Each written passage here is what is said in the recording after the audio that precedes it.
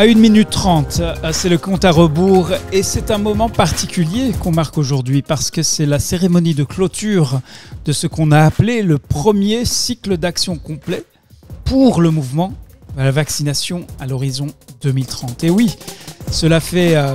c'est la 16e semaine, 14 assemblées puisque nous avions marqué une pause. Donc si vous êtes encore là, bravo. Si vous êtes encore debout, vous faites partie des leaders maintenant de ce mouvement. On se retrouve dans 1 minute.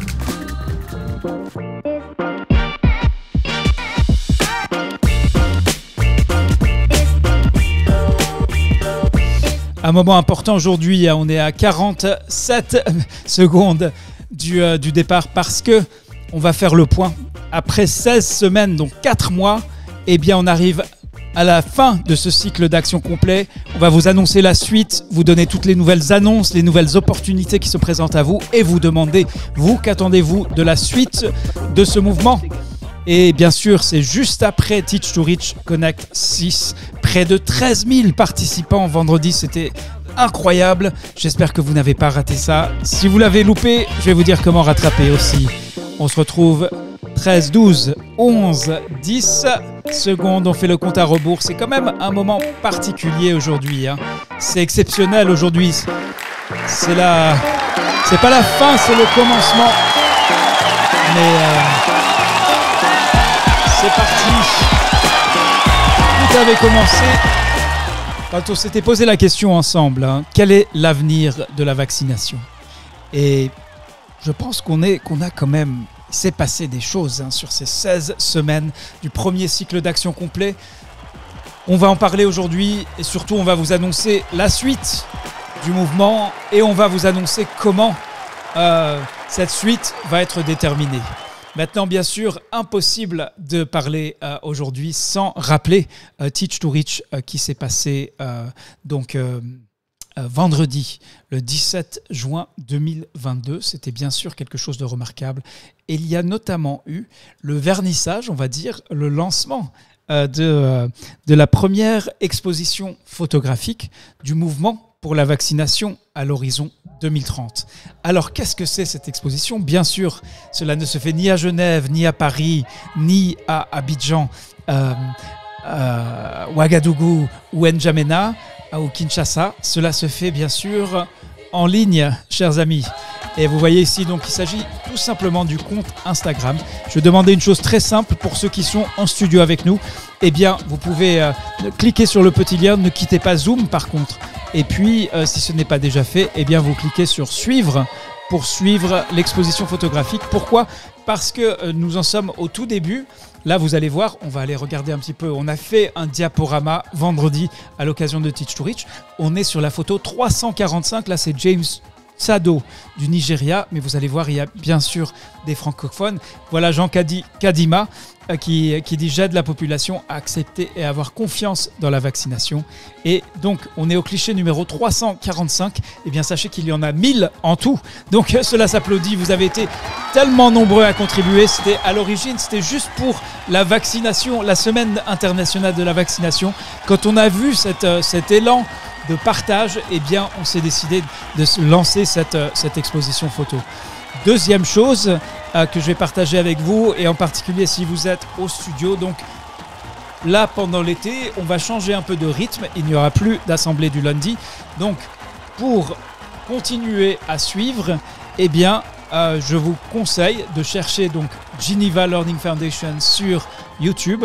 Et là, vous voyez, eh bien, il y a d'ailleurs, je vais recharger la page parce que là, on a donc sur YouTube en direct. Je vais d'ailleurs saluer ceux qui nous sont connectés depuis Facebook, YouTube, LinkedIn, etc. Et donc, vous avez des petits liens. Le lien pour s'abonner à la chaîne YouTube si ce n'est pas déjà fait et le lien donc pour s'abonner à l'exposition photographique du mouvement pour la vaccination à l'horizon 2030. Et alors, sachez que les invitations pour Teach to Reach 7, donc la 7e édition, sont déjà lancées. Et on va d'ailleurs révéler aujourd'hui la date du prochain grand événement qui va réunir vraiment toute la communauté de la vaccination, mais également des soins de santé, puisque Teach to Reach est maintenant ouvert aux autres professions de santé. On aura d'ailleurs une séance avec des radiologues, imaginez ça, au sein de Teach to Reach, et ce sera donc le 14 octobre 2022 à 9h30. Voilà ce qui vous attend. Et bravo à Moussafiri Hassani qui est déjà inscrit, nous dit-il. N'hésitez pas, si vous regardez depuis les réseaux sociaux, dites-nous si vous êtes déjà inscrit ou pas.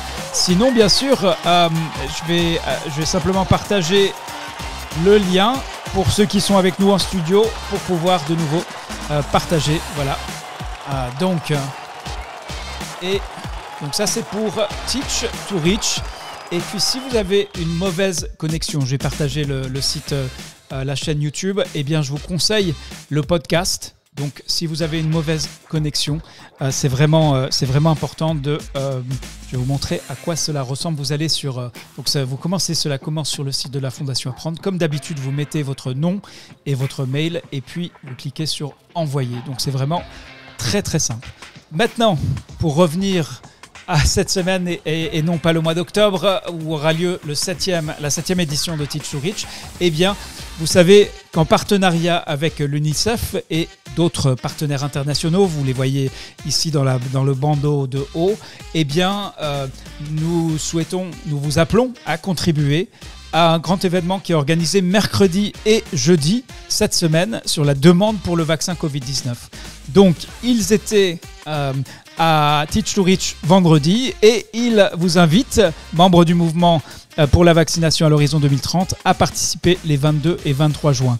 Le sésame pour participer se trouve dans les messages que tous les participants de Teach to Reach ont reçus ce matin. Donc cela s'appelle attestation de participation avec votre nom ici. Et alors pour accéder à cette rencontre de l'UNICEF, alors attendez, j'ai un petit souci ici. Voilà. Vous demandez votre attestation. Vous retrouvez ce message et puis après, vous cliquez sur « Demander votre attestation ». Qu'est-ce qu'on vous demande pour accéder à cette rencontre ? Eh bien, c'est simple. On vous demande simplement de partager votre expérience suite à Teach to Reach Connect. C'est aussi le sésame pour obtenir votre attestation de participation à cette édition de Teach to Reach. Donc, il y a des questions simples. Il y a bien sûr l'accord de l'utilisateur, etc. On vous demande de valider votre mail parce que c'est dommage de rater quelque chose comme ça juste parce qu'on a fait une faute de frappe sur le mail, mais ça ne pardonne pas. Et après, donc, on vous demande des précisions sur où est-ce que vous travaillez, si vous êtes un homme ou une femme, dans quel pays, quelle est votre affiliation professionnelle. Et après, on vous pose une série de questions pour connaître qu'est-ce que vous avez apprécié, donc qu'est-ce que vous avez appris dans le cadre de Teach to Reach. Voilà, donc maintenant... on a une première question pour les membres du mouvement. Et on a 3 questions en fait. Première question, ce mouvement doit-il continuer ? Pourquoi ou pourquoi pas ? On admet que pour certains parmi vous, eh bien, vous estimez peut-être que le cycle d'action complet très bien, mais vous ne voyez pas forcément la suite. Alors dites-nous pourquoi ou pourquoi pas. Deuxième question, combien de professionnels de la santé compte votre pays ? Donc, une approximation, vous pouvez donner à la louche combien de professionnels de la santé et combien sont déjà actifs dans le mouvement. Donc, peut-être, ça vous le savez peut-être à travers les rencontres de votre groupe pays où vous avez vu dans les tableaux qu'on présente des listes. Sinon, vous pouvez dire que vous ne savez pas. Donc, sur la question 2, si vous savez la réponse, si vous ne connaissez la réponse à ni l'une ni l'autre des questions, dites-le tout simplement. Et troisième question, que comptez-vous faire, vous, pour développer le mouvement dans votre pays, en supposant que vous estimez effectivement que le mouvement doit continuer. Donc là, je vais baisser toutes les mains. Par contre, j'ai vu Rodrigue. Alors, on va commencer par vous. Voilà, Rodrigue Siri Bagula Nkulwe. Alors, on sait qu'il y a des personnes qui viennent tout juste de rejoindre le mouvement. Donc, si c'est votre cas, soyez bienvenus. Vous allez nous dire, vous voyez la question ici, quand avez-vous rejoint le mouvement ? Rodrigue, soyez bienvenus. Présentez-vous, quand avez-vous rejoint le mouvement et ensuite vous avez 3 questions à l'écran. Oui, merci beaucoup Reda, merci, c'est Rodrigue Chiribagula. Je suis de la RDC, nutritionniste, je travaille dans le ministère de la Santé au niveau de la zone de santé, en fait dans un hôpital. Oui.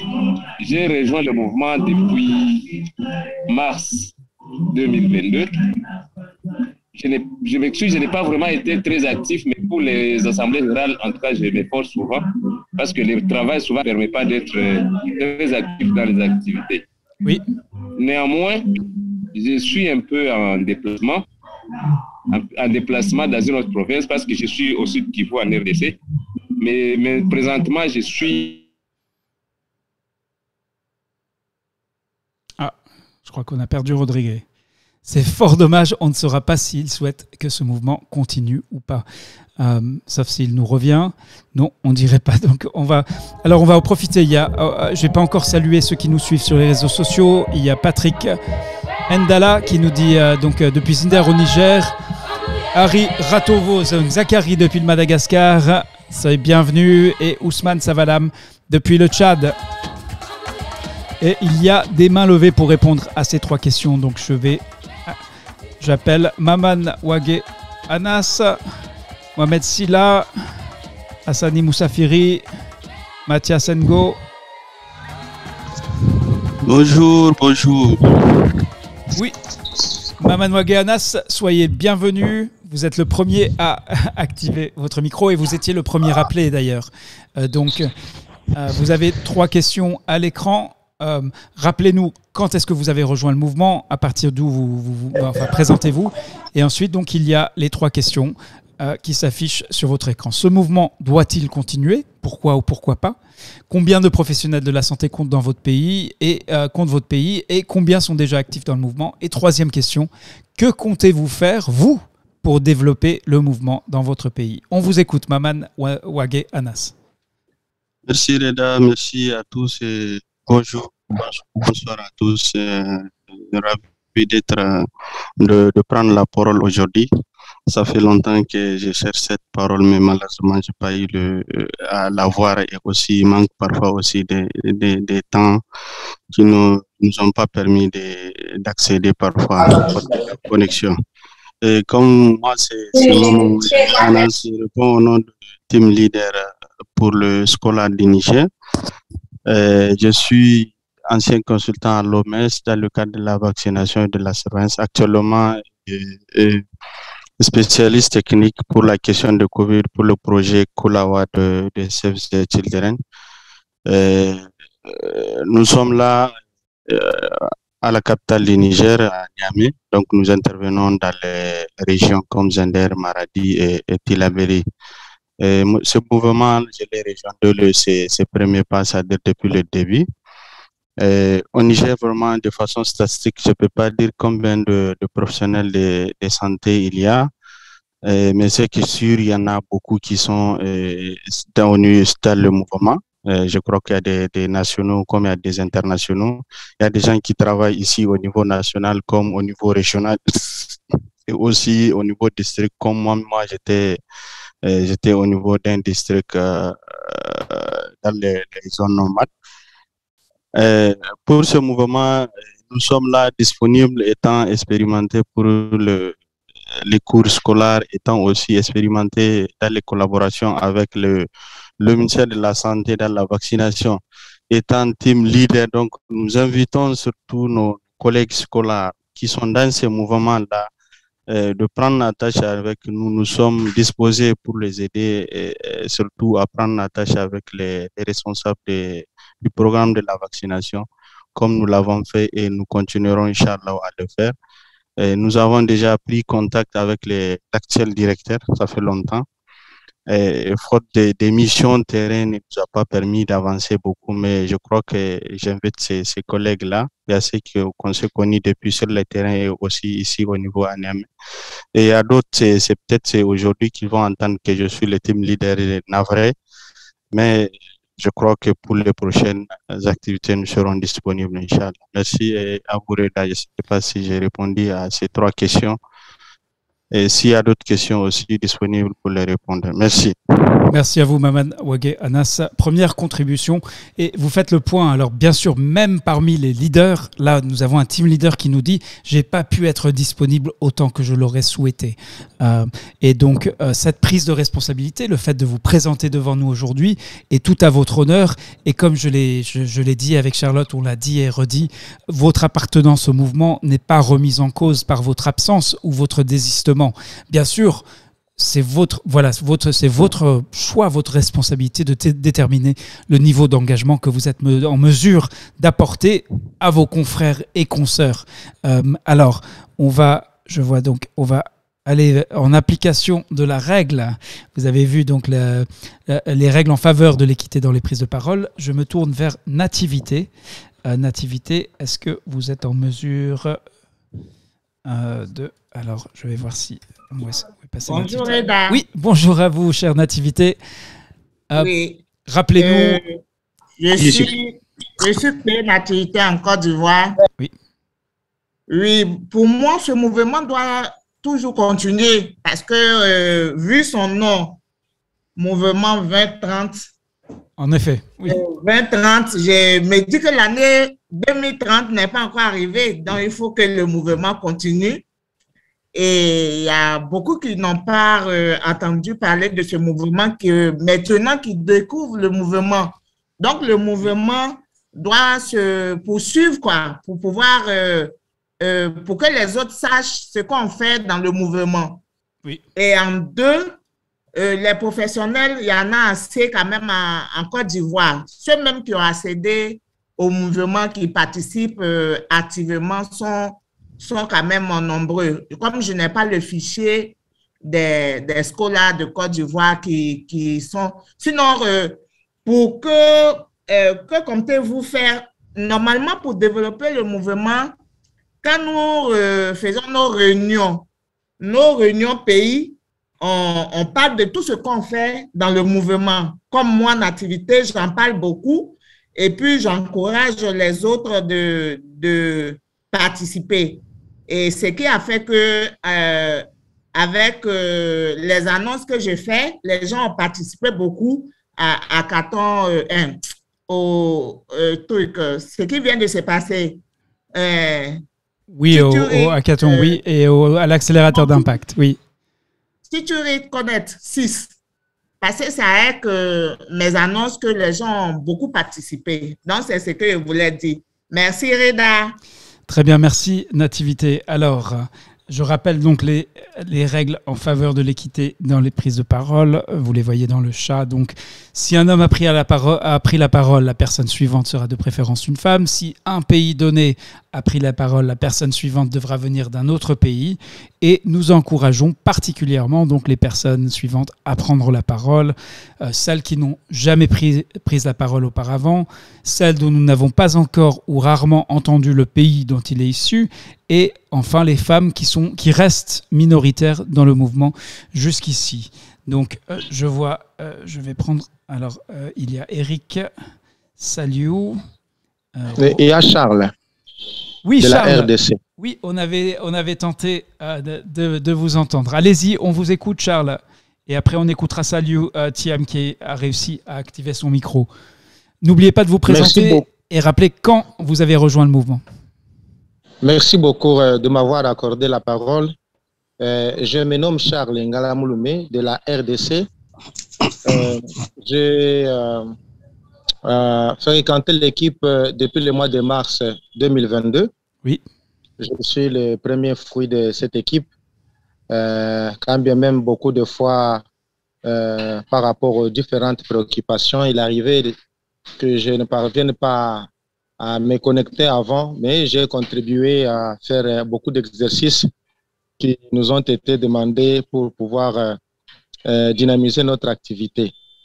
Mais quant à la question de savoir, évidemment, si le groupe doit continuer ou pas, j'émets le vœu que l'équipe continue, le groupe continue, parce qu'il y a beaucoup de prérogatives et beaucoup de bienfaits aussi, qui fait que si le groupe continue, beaucoup de nos amis pourront aussi améliorer leur rendement dans leurs pays respectifs vis-à-vis de la vaccination.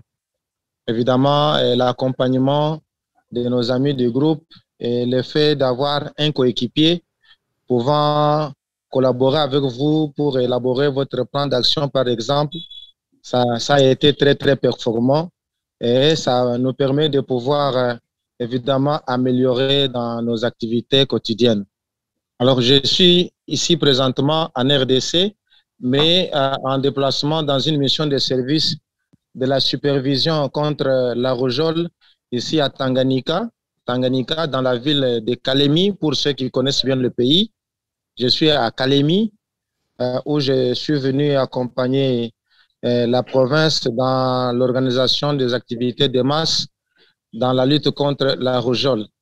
Mais je vous assure bien que le groupe m'a été vraiment d'une grande importance. La collaboration, la patience, ça nous a permis évidemment de pouvoir, ça m'a permis moi effectivement de pouvoir m'acquitter convenablement de mes tâches et ça a été très performant. Voilà pourquoi j'ai dit qu'il faut que le groupe continue. Merci. Très bien, merci Charles. Alors, il y a Eric Jalesem et Saliou Thiam qui ont tous les deux leurs micros activés. Alors, on va... Bonjour, Reda. Alors, c'est Mohamed Silla qui parle le premier. Allez-y, Mohamed. D'accord, c'est Thiam Saliou. Bonjour, Reda. Oui, alors attendez, d'habitude, on a le problème inverse, c'est-à-dire que personne n'arrive à activer son micro. Donc là, c'est moi qui vais un peu de manière autoritaire désactiver les micros et on va entendre uniquement Mohamed Silla. Oui, Mohamed Silla, on vous écoute. D'accord, sinon Moussa Firi Hassani. Allô? Oui, Mohamed Silla, oui, bonjour, on vous écoute. Allô? Oui, on vous écoute, Mohamed Silla. D'accord. Moi, je suis très content de faire partie de ce mouvement. Et c'est pour moi une très grande fierté. Parce que pour mon pays, il n'y en a pas eu beaucoup de participants pour cette fois-ci, mais malgré que le nombre a été considérable, mais on peut le dire qu'on s'attendait beaucoup plus. Et par rapport à ce mouvement, il doit bien et bien continuer ce mouvement.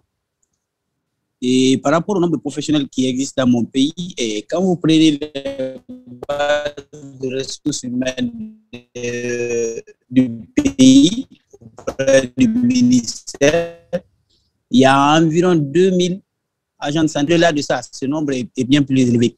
Mais qu'à cela ne tienne, c'est ce qui se trouve dans les données centralisées au niveau du ministère. Donc, allô? Oui, malheureusement, Mohamed Silla, il y a de la friture sur la ligne. Là, c'est entrecoupé, c'est assuré. Est-ce que vous pouvez améliorer votre connexion? Sinon, je vais devoir vous demander d'inscrire votre message dans le chat, donc dans le dialogue en direct. On va faire une dernière tentative pour vous écouter. D'accord. Ouais, malheureusement, ça ne passe toujours pas. Vous me recevez maintenant? Non, ça ne passe toujours pas de manière continue. Donc malheureusement, Mohamed Silla, je vous invite à inscrire. C'était très intéressant. On va maintenant passer à Saliou Thiam. Il y a maintenant plus de mains levées qu'on aura de temps aujourd'hui. Et ici, ce n'est que la première moitié de l'Assemblée. Saliou, on vous écoute. Ce mouvement doit-il continuer? Pourquoi ou pourquoi pas? Bonjour, Dr Reda. Vous m'entendez? 5 sur 5. Voilà, merci beaucoup. Moi, je m'appelle Saliou Thiam. Du Sénégal, je suis chef de poste de santé dans un district de Dakar à Kermassar. Bon, voilà, je pense que ce mouvement doit continuer et même au-delà de 2030 parce que les défis seront toujours là par rapport à la vaccination et par rapport à beaucoup d'autres programmes. Et surtout par rapport à nous qui sommes du niveau opérationnel et que tous les objectifs quand même, je pense que la réalisation de ces objectifs sont essentiellement, comment dirais-je, liés au niveau opérationnel. Donc, je pense qu'on a un grand part de responsabilité dans la réalisation des objectifs fixés par le niveau central. Et maintenant, allô? Voilà. En plus également, je pense qu'on a beaucoup appris de ce mouvement, nous qui sommes au niveau opérationnel, surtout par rapport aux priorités stratégiques et aux domaines d'action. Et concrètement, par rapport aux défis qu'on avait fixés également, ça nous a permis de mieux analyser notre situation, d'avoir des compétences quand même nécessaires pour le faire, d'élaborer un plan d'action et de le suivre. Et surtout par rapport à l'impact, comment dirais-je, à l'impact, comment je peux encore dire. Maintenant, ça nous a permis de pouvoir progresser et de pouvoir mettre en œuvre nos plans d'action et de nous auto-évaluer. Et mieux également, par rapport aux défis et aux objectifs, par exemple pour mon cas qui avait comme objectif spécifique de relever le pourcentage d'enfants vaccinés au HPV au niveau du poste de 2% en 2021 à 20%. Et ça m'a permis de développer des stratégies quand même et d'impliquer tous les acteurs de tous les niveaux opérationnels, de pouvoir faire vraiment des campagnes de sensibilisation, d'essayer d'utiliser d'autres partenaires qui m'ont aidé dans le développement de mon plan d'action et de pouvoir utiliser la presse locale et départementale. Ça a été une grande réussite par rapport et je l'ai eu cette réussite grâce au mouvement et au partage d'expérience des pairs. Merci Salou Thiam, c'est clair, tous ceux qui sont dans cette salle après 16 semaines, vous êtes encore debout, vous êtes encore là, eh bien forcément vous êtes très engagés, mais la question c'est, voilà, si vous réfléchissez par rapport au nombre de professionnels de la santé que compte votre pays. Voilà, maintenant par rapport au nombre de professionnels de santé que compte mon pays, je ne peux pas donner une valeur estimative. Par contre, ceux qui sont dans les Cholars, quand même, il y a plus d'une vingtaine avec qui je partage le groupe et qui sont actifs. Et on arrive quand même à partager nos différentes expériences et proposer, en tout cas, nous, ce qu'on a eu à faire durant ce mouvement-là. On a eu à le proposer à d'autres Cholars du même mouvement qui ont eu l'idée, qui veulent en tout cas essayer de développer les mêmes stratégies au niveau de leurs zones respectives pour booster les indicateurs du PIB. Mais également, on a partagé avec les mêmes collègues du district via le point focal PIB et pour que les autres puissent s'inspirer de ce qu'on a eu à réussir à faire et grâce au mouvement pour quand même essayer d'augmenter cette couverture de HPV qui est un véritable problème au niveau du district. Très bien, merci. Salut Thiam. Avant de clôturer cette séquence, je vais me tourner maintenant vers François Gass, donc, qui nous a accompagnés tout au long de ce cycle d'action complet. Et je vais lui poser exactement les 3 mêmes questions qui vous ont été posées. Ce mouvement pour la vaccination doit-il continuer ? Pourquoi ou pourquoi pas ? Combien de professionnels de la santé comptent, alors non pas son pays, on peut peut-être sauter la question 2, mais est-ce qu'il a le sentiment qu'il y a une proportion faible ou importante de professionnels de la santé ont rejoint le mouvement jusqu'ici? Et 3e question, que compte-t-il faire, que peut-il faire, lui, qui travaille au niveau international pour aider au développement du mouvement? François, es-tu là? Es-tu en mesure de nous répondre? Je sais que tu es à l'écoute, donc là je te demande, sinon on va revenir vers le docteur François Gass un peu plus tard. Il est temps de faire un petit rappel du mouvement. Donc souvenez-vous. Et là, on reviendra vers tous ceux. Il y aura une 2e séquence où on va revenir à ces 3 questions. Donc, soyez patients. On va d'abord résumer, récapituler. Ce sera la même chose qu'on a fait vendredi à Teach to Reach. Un rappel des chiffres. Cela ne dit pas la qualité, mais cela dit en tout cas l'ampleur du mouvement. Tout d'abord, 45 641 personnes qui sont professionnels de la vaccination qui participent à la plateforme. Bien sûr, vous le savez, il s'agit des liens que vous tissez entre vous. Ceux qui étaient à Teach to Reach l'ont vécu. Il s'agit d'un mouvement international et un mouvement sur une décennie complète. Ce mouvement a été appelé à l'occasion de l'Assemblée mondiale de la santé. Donc il s'agit, cela donne une légitimité à tous les professionnels de la santé qui décident, qui ont la volonté de contribuer. Voici notre conviction, vous l'avez entendu, votre engagement peut faire la différence. Et votre participation compte parce qu'il y a une reconnaissance de l'ensemble des acteurs, au niveau international, au niveau des régions, des pays, que ceux et celles qui travaillent aux différents niveaux de la pyramide de santé sont la clé du succès de la réussite de la vaccination et donc d'atteindre les objectifs du programme pour la vaccination à l'horizon 2030. Et en particulier, ceux dont on dit qu'ils sont au niveau périphérique, qu'ils sont des niveaux dits inférieurs, eh bien en fait, ce sont eux qui, en fin de compte, vont faire la différence entre vaccinés ou pas vaccinés. Donc c'est là où les choses se passent et ce mouvement est fondé sur la reconnaissance de cela. Cela ne veut pas dire que les autres maillons de la chaîne ne sont pas importants, mais c'est là où les choses se passent, c'est sur le terrain et ce mouvement, bien sûr, fédère des acteurs de terrain, quel que soit le niveau où vous travaillez. Donc il s'agit du cycle d'action complet qu'on vous a proposé à partir du 7 mars, au même moment du lancement du mouvement, une chaîne d'action de la connaissance à l'impact, parce que savoir, c'est nécessaire. Bien sûr, s'équiper, s'outiller des meilleures connaissances disponibles, c'est nécessaire, mais ce n'est pas suffisant pour mener le changement.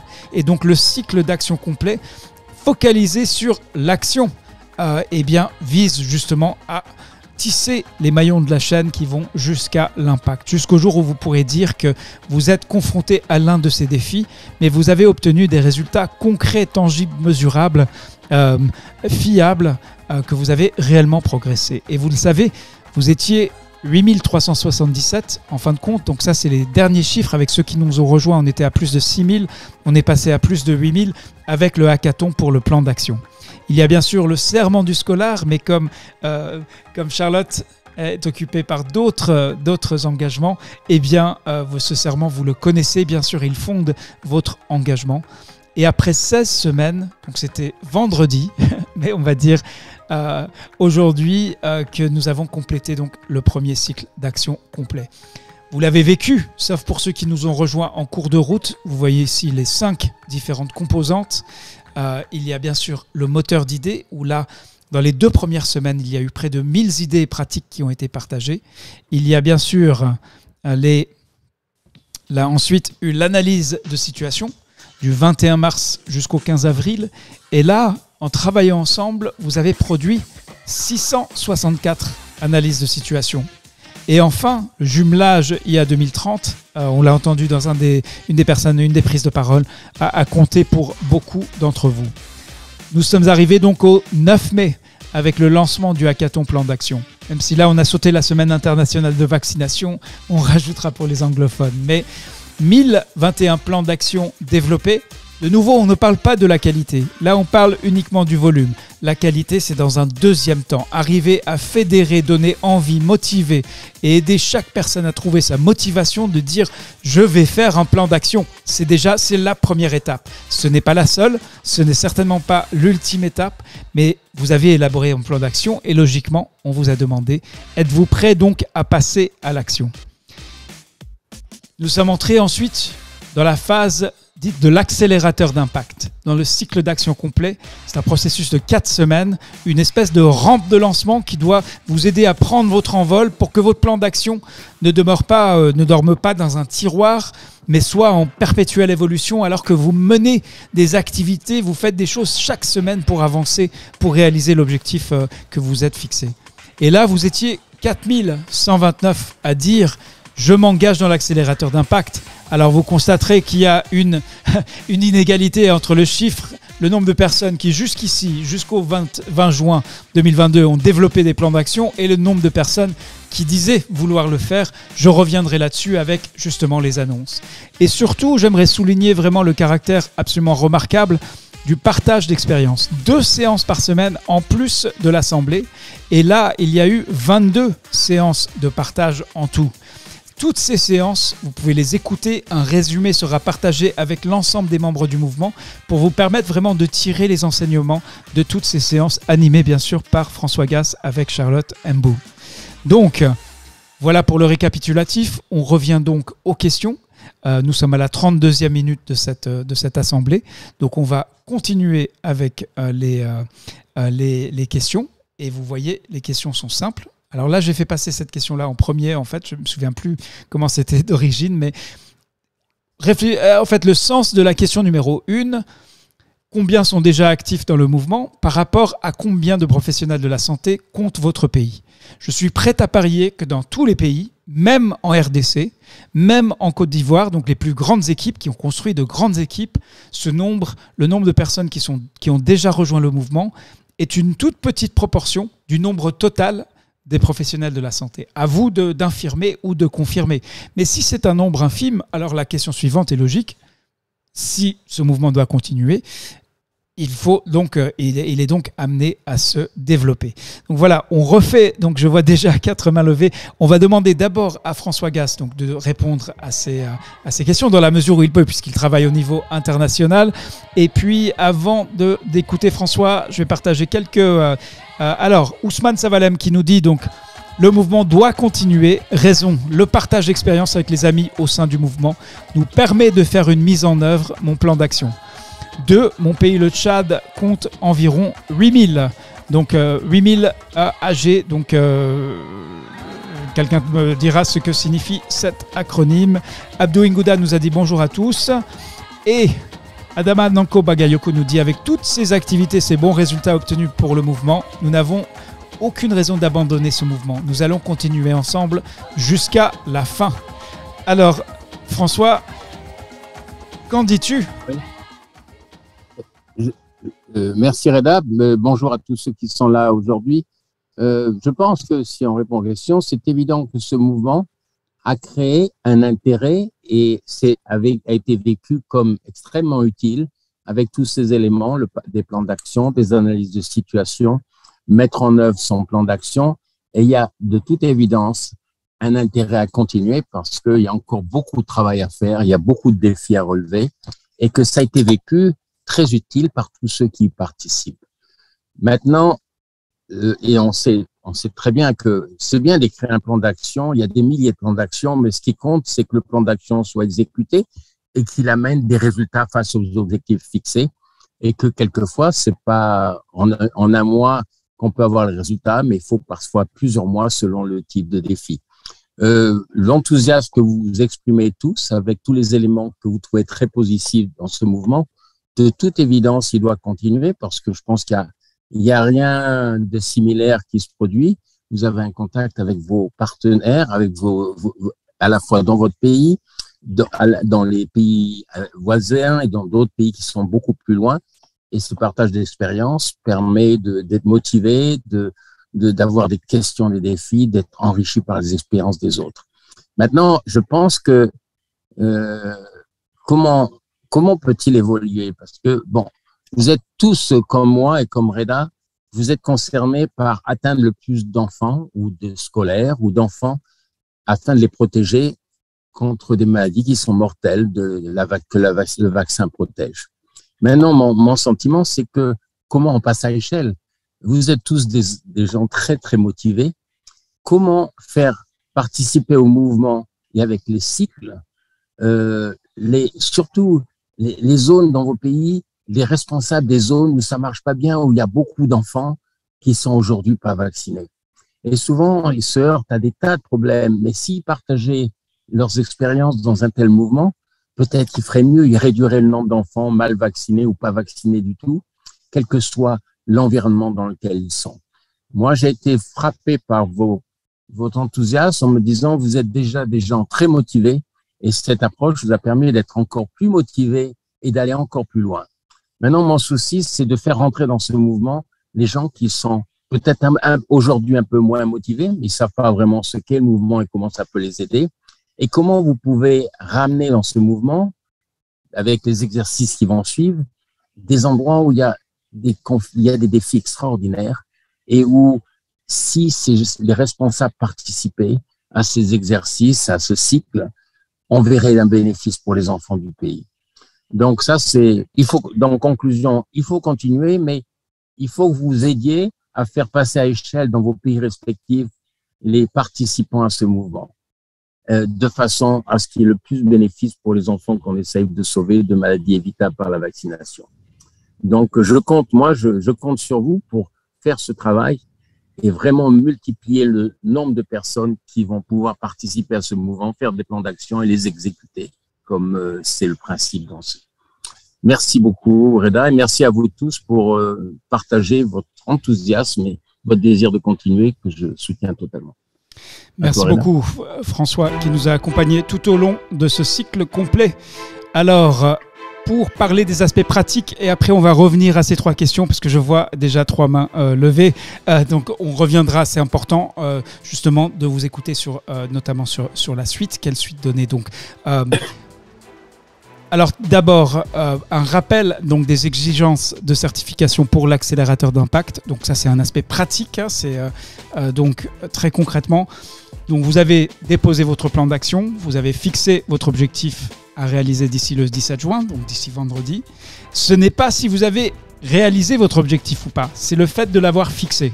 Après, il peut y avoir moult raisons. On n'invalide pas une volonté d'agir ou une progression simplement parce que l'objectif qu'on avait fixé peut-être n'était pas le bon, peut-être n'était pas été revu à la hausse ou à la baisse, peu importe. 3e chose, c'est donc compléter les rapports demandés pour rendre compte de votre progression. Donc c'est chaque lundi, donc il y a eu 4 fois. Et je rappelle, donc l'exigence, c'est d'avoir déposé 4 fois un objectif le lundi et 4 fois d'avoir rendu compte de sa progression le vendredi. Donc ça, il n'y a pas de retour possible si vous l'avez loupé. Si vous avez loupé une de ces dates, eh bien, c'est la règle du jeu donc pour l'accélérateur d'impact. Vous aurez la certification pour le plan d'action, mais pas pour l'accélérateur d'impact. Et enfin, donc, le 27 juin, donc dans une semaine, vous allez recevoir le rapport final de l'accélérateur, où là, on va vous demander de documenter un petit peu quelle progression, qu'est-ce que vous avez été en mesure de faire progresser avec preuves tangibles à l'appui. Donc, ça, c'est la première information. Deuxième information, que se passe-t-il après la rampe de lancement, donc qui s'est terminée le 17 juin? Eh bien, on a vu, il y a eu plus de 1000 plans, mais rappelez-vous, il y a plus de 4000 personnes qui ont dit qu'elles vous souhaitaient développer un plan d'action. Eh bien, nous allons maintenir ouvert l'accès au plan d'action, donc l'accès au hackathon du plan d'action jusqu'au 27 août 2022. Et donc, vous pouvez à tout moment, pour ceux qui sont dans la salle, qui n'ont pas encore déposé ou qui ont loupé le coche du plan d'action, si vous avez pour des obligations, quel que soit le motif en fait, eh bien on prolonge le dépôt du plan d'action jusqu'au 27 août et 1 mois après le dépôt de votre rapport d'accélération, eh bien on vous demandera de déposer votre rapport d'accélération, donc qui permet de vous nous raconter qu'est-ce que vous avez réussi à faire avancer concrètement. Est-ce que vous avez réellement progressé par rapport à votre plan d'action? Et bien sûr, on invite tous les membres du mouvement qui peuvent à tout moment partager à l'aide du lien que vous connaissez tous maintenant, continuer à partager vos réussites, vos enseignements et défis. Donc ça, c'est la 2e annonce. 3e annonce, c'est sur la gouvernance du mouvement. Alors, l'annonce a été faite par la Fondation Apprendre Genève, mais bien sûr, cette mobilisation, elle appartient à ses acteurs. Et du coup, nous avons eu le 22 février une première rencontre avec ceux qu'on avait d'ores et déjà identifiés comme leaders du mouvement, y compris des anciens, y compris des gens qui avaient terminé, donc qui avançaient sur leur analyse de situation, et ainsi de suite. Et du coup, le 22 avril, juste après l'analyse de situation. Donc du coup, on sait qui sont les leaders. Maintenant, on va pour la première fois organiser ce qu'on n'a jamais fait auparavant, un processus de nomination avec présentation des candidatures, parce que c'est un mouvement international, donc tout le monde ne connaît pas tout le monde. Donc on demandera à ceux qui souhaitent devenir point focal pays ou point focal régional, avec un mandat limité dans le temps, donc à définir. Et ça, on discutera des modalités pratiques ensemble. On fera une réunion de préparation pour mettre en place ce processus de gouvernance, enfin de développement d'une gouvernance. Et donc, il y aura nomination et présentation des candidatures, suivi par un vote organisé dans chaque pays et région. Donc ça, c'est à venir. Le calendrier va vous être communiqué. Je pense qu'on fera peut-être 1 ou 2 étapes avant la rentrée de septembre, mais sinon ce sera surtout à partir du mois de septembre. Cela dépend d'autres choses plus conjoncturelles. Enfin, ce qu'on appelle chez les francophones, ce qui fait sens, c'est la rédaction du mouvement. Donc, vous avez produit une grande quantité de données sur vraiment la réalité des actions du terrain. Il y a donc des personnes qui sont anglophones. Enfin, il y en a un qui parle plutôt bien le français. Ils s'appellent tous les deux Ian. C'est Ian Jones et Ian Steed qui, avec Charlotte, donc, coordonnent l'unité d'analyse de la Fondation. Ils décortiquent les données et ils ont produit des études de cas, des synthèses d'apprentissage, enfin voilà, des outils qui sont censés être des outils pour les partenaires internationaux et pour vous. Et donc, on va inviter les leaders du mouvement à rejoindre la rédaction. Donc, il y aura, pour être cité en tant qu'auteur sur ces études de cas, ces synthèses d'apprentissage, pour contribuer en tant que relecteur, donc pour donner votre avis, et puis aussi pour utiliser et transmettre ces produits vers le terrain, donc vers vos collègues, confrères et consoeurs, y compris ceux qui ne sont pas dans le mouvement. Donc là aussi, les modalités seront communiquées prochainement. Pour récapituler un dernier point, c'est donc ce qu'on envisage, mais de nouveau, la première chose qu'on va faire, c'est en discuter avec vous et vous entendre. Est-ce que cela colle à vos attentes, à vos besoins? Donc, de septembre à décembre, on envisage de faire des mini-exercices d'apprentissage par les pairs. Donc, surtout pas un autre cycle d'action complet de 16 semaines, mais des exercices courts, un petit peu comme le hackathon en Côte d'Ivoire, où là, on fait quelque chose de court, précis, avec un ou plusieurs partenaires. Cela peut être un partenaire pays, donc au niveau d'un seul pays. Cela peut être international. Cela pourrait se faire avec l'UNICEF, avec l'OMS, avec Gavi, avec plusieurs de ces grands partenaires internationaux. Deuxième chose, donc de septembre à décembre, ça sera la structuration de cette coordination internationale et donc des relais pays. Et ensuite, ce qu'on avait vraiment beaucoup apprécié, c'est le partage d'expériences interpays. Donc là, ce sont les équipes pays qui se rencontrent avec les équipes PEV centrales invitées, et les sujets, les thématiques, tout cela, le contenu, c'est vous qui allez le définir, avec bien sûr en relais dans le dialogue avec les partenaires internationaux. Teach to Reach Connect 7, je l'ai déjà montré, vous pouvez déjà demander votre invitation. Ce sera donc le 14 octobre pour la prochaine édition. En décembre, on vous demandera ce qu'on appelle le rapport d'accélération. Donc, vous avez fait un plan d'action, vous avez fait des choses, on vous demandera en décembre, on vous rappellera en décembre pour vous demander alors, que s'est-il passé, qu'est-ce que vous avez fait ou pas, est-ce que vous avez progressé, pourquoi, comment. En janvier, donc, on lancera le deuxième appel au mouvement, même si l'appel est bien sûr continu, mais ce sera en amont comme on l'a fait cette année, donc du lancement du deuxième cycle d'action complet. Voilà donc ce que nous envisageons de faire. Tout cela est sous réserve de votre approbation, de votre engagement, puisque tout cela n'a de sens qu'avec vous, si cela correspond et répond à vos besoins. Donc il nous reste donc 15 minutes. Je vous propose donc de consacrer, maintenant que vous avez pris connaissance de ce que nous envisageons, de répondre. Je reviens donc aux 3 questions qui auront peut-être un sens différent de celui qu'elles avaient initialement. Je me retourne donc avec de nombreuses mains levées. Donc je vois bien sûr des leaders et je rappelle donc les règles de préséance, on va dire. Et on a beaucoup entendu d'hommes. Donc là, je vais me tourner vers Rachel Lucadi, qui a pris la parole plusieurs fois en tant que leader du mouvement. On l'a entendu notamment lors de Teach to Reach. Rachel, c'est à vous. Alors, il y a aussi Yapo Moïsale. Oui, Rachel. Oui, bonjour Reda, bonjour tout le monde. Je suis Rachel Lucadi de la République. Oui, bonjour Reda, bonjour tout le monde. Je suis Rachel Lucadi de la République démocratique du Congo, précisément à Kinshasa, la capitale.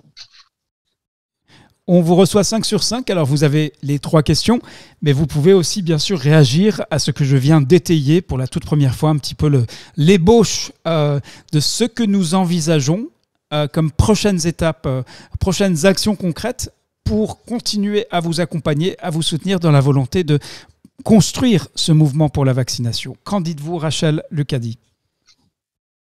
Bon, vous avez épinglé les points qui sont importants et intéressants par rapport au mouvement, mais moi, ma question se situe un peu à savoir, le plateforme est plus pédagogique que professionnel, parce que c'est ce que j'ai compris, on a beaucoup plus appris, et pourtant le numéro sur le mettre en exerce, même si c'est pas dans nos pays d'origine, mais sur d'autres lieux. Comment on peut faire pour travailler avec d'autres personnes et mettre ce que nous avons pu expérimenter chez nous et les transmettre ailleurs?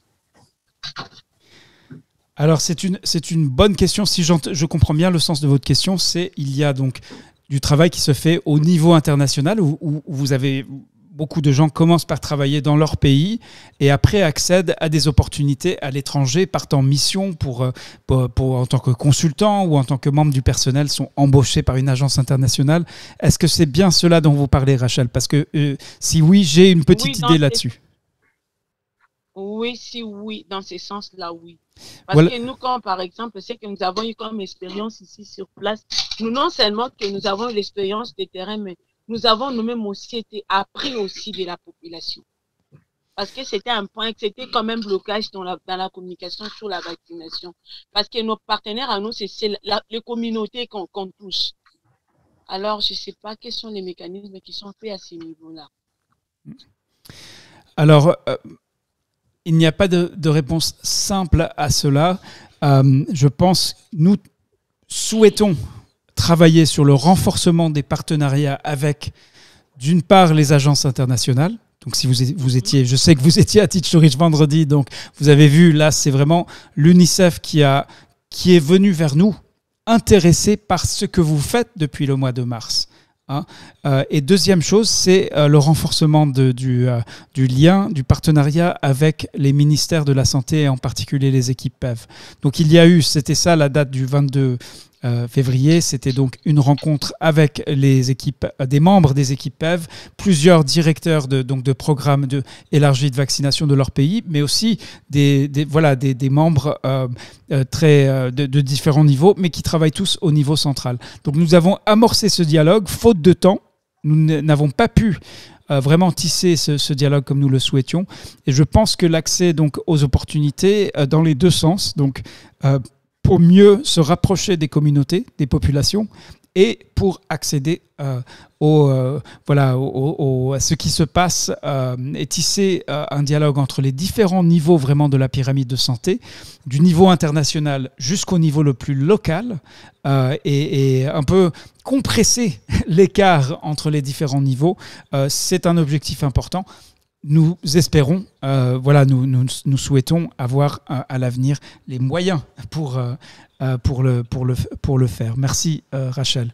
D'autres commentaires ou réactions? Oui, par rapport à l'événement qui aura lieu le 22, le 23, que vous nous avez envoyé des notifications. Quel serait l'objectif? Alors, vous avez reçu donc un premier mail. Nous avons reçu de mail, on nous a demandé. Oui. Alors, il y a d'abord... Le deuxième, j'ai reçu un deuxième. Voilà, tout à fait. Alors, il y avait déjà... Donc, sur l'objectif, vous avez le mail dont le sujet donc, comporte le nom de l'UNICEF. Oui. Et donc, c'est l'invitation proprement dit. Et c'est là, vous avez en bas, en pied du message, vous avez la présentation complète de l'événement. Mais en gros, c'est là où les experts internationaux, les agences internationales chargées donc, du succès, qui sont redevables de la vaccination Covid-19 dans les pays, vont faire le point sur les meilleures pratiques. Qu'est-ce qui marche, qu'est-ce qui fait la différence? Donc, en cela, c'est une réunion importante. C'est aussi lié à un délai déterminé par Gavi, donc qui joue un rôle très important avec l'UNICEF sur la distribution du vaccin Covid-19. Voilà Rachel, il nous reste que 9 minutes. Merci à vous. Je vois Angèle Pulcheri Mfumu. Je vais lui demander donc d'activer son micro en espérant qu'elle pourra prendre la parole. Angèle, est-ce que vous êtes là? Est-ce que vous êtes en mesure de prendre la parole? Sinon, il y a... alors, je vois... Oui, Angèle ne répond pas. Vous avez une petite démarche à faire qui doit être volontaire. Voilà.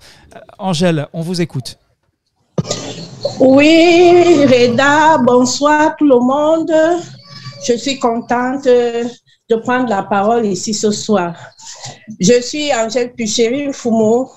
Je suis responsable du PEV dans mon pays, dans l'aire de santé d'Afanoya, dans le district des Foulanes, région du centre au Cameroun. Oui. J'ai rejoint le mouvement depuis la semaine passée, dont j'ai participé à la séance de vendredi. Pour moi, le mouvement doit continuer parce que la seule séance à laquelle j'ai participé, j'ai acquis beaucoup de connaissances à travers les échanges d'expériences des autres pairs. Cela m'a beaucoup intéressée. En ce qui concerne le nombre de professionnels de santé que compte mon pays, ils sont des milliers. Je ne peux vraiment pas évaluer exactement, mais le nombre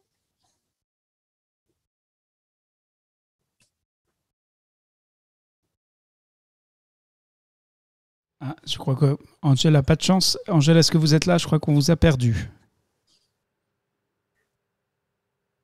Angèle, oui, non, on a perdu Angèle, malheureusement, ça s'annonçait très intéressant.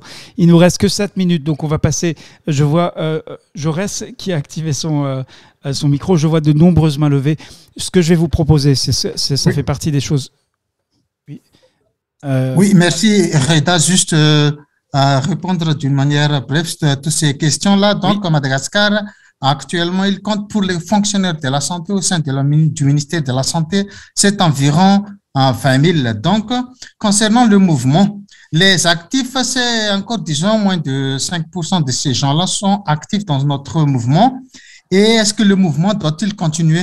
Je pense qu'il est très, très important parce que c'est une plateforme d'échange, les valeurs ajoutées, apportées par le mouvement, c'est très, très, très important, ça pour moi, parce que la vaccination, il y en a pas mal de partenaires, mais notre mouvement, c'est un mouvement de plateforme d'échange impliquant tous les parties prenantes dans les pays, dans différents pays. Donc, je crois humblement que le mouvement doit continuer. Le seul défi, comme nous tous on savait, c'est que cette question de connexion et ce problème de connexion pour les autres, pour les engager.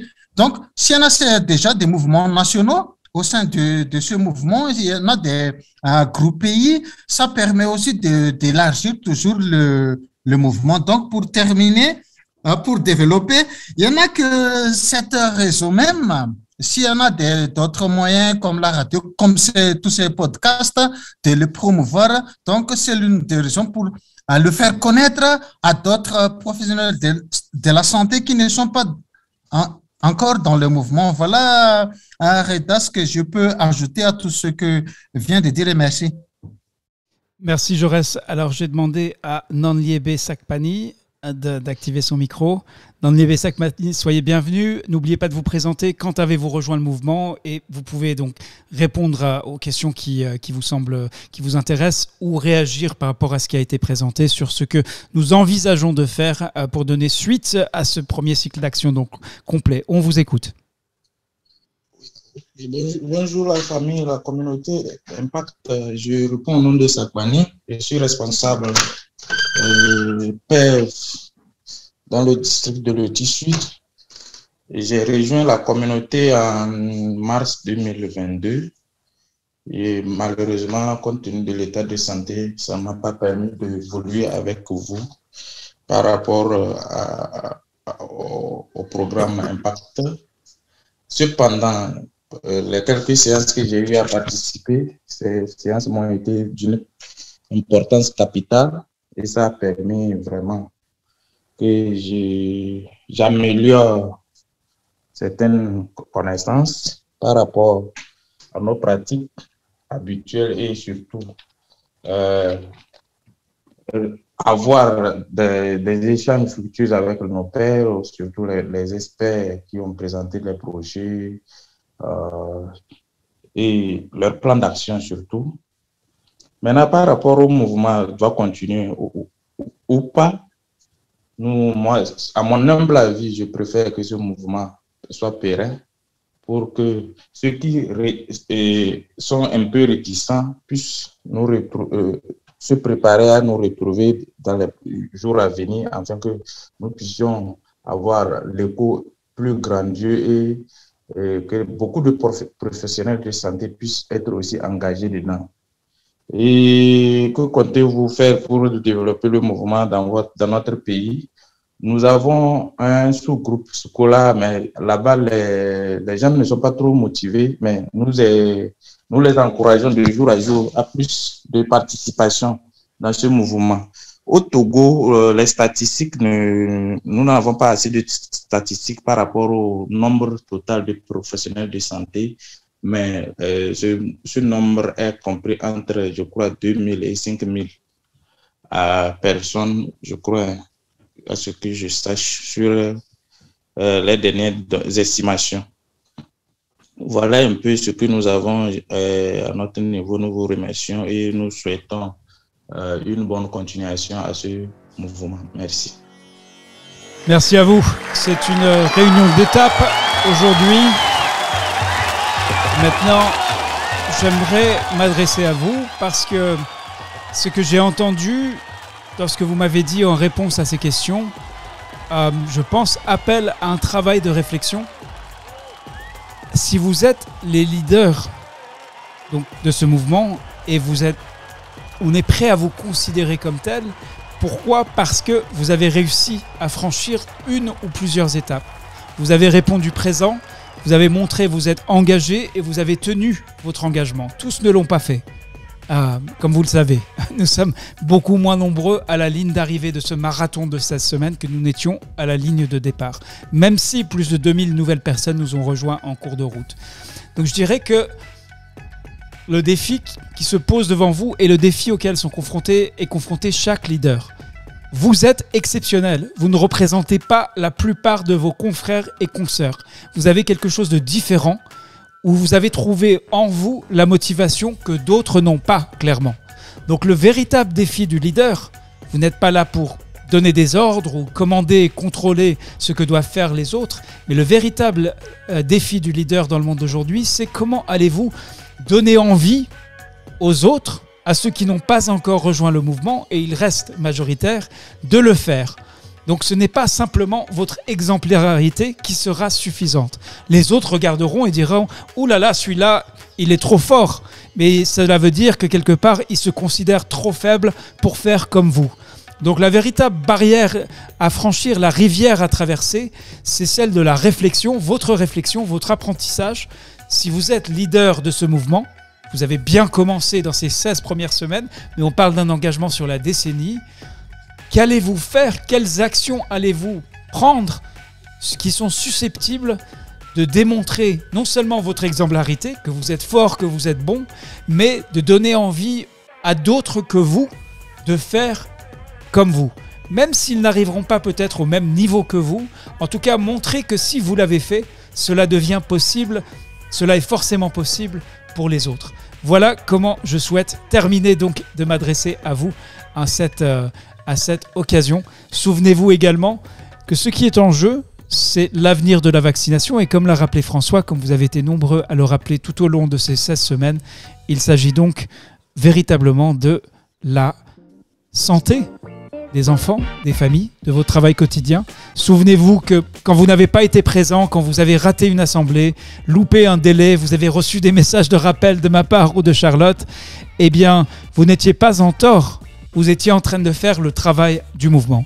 Avec cela en tête et avec ce défi du leadership auquel vous êtes confronté, qui est devant vous, je vous appelle à réfléchir pendant l'été, à répondre si vous le souhaitez aux invitations que vous allez recevoir, donc pour tisser, pour déterminer ensemble la suite du mouvement. Si il doit y en avoir une, elle ne peut se reposer que sur vos épaules. Vous allez forcément, à un moment ou un autre, fatiguer. Donc c'est vraiment, véritablement, l'élargissement du mouvement qui se pose pour vous et pour nous, pour l'ensemble du mouvement, de tous ceux qui ont répondu à cet appel au mois de mars et depuis. Voilà, c'est tout pour aujourd'hui.